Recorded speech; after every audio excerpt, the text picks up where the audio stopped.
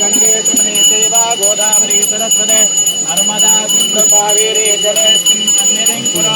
आपावायदं सर्वं विश्वा भूतान्याप प्राणावाप सम्राडाप विराडाप ज्योतिगस्याप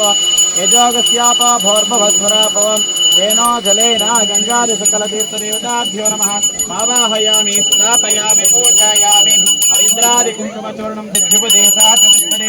अष्टावधेनोवधे भूषे सहस्राक्षरा परमेव्योमन्नं हरिद्रादिकुङ्कुमचूर्णं धारयामि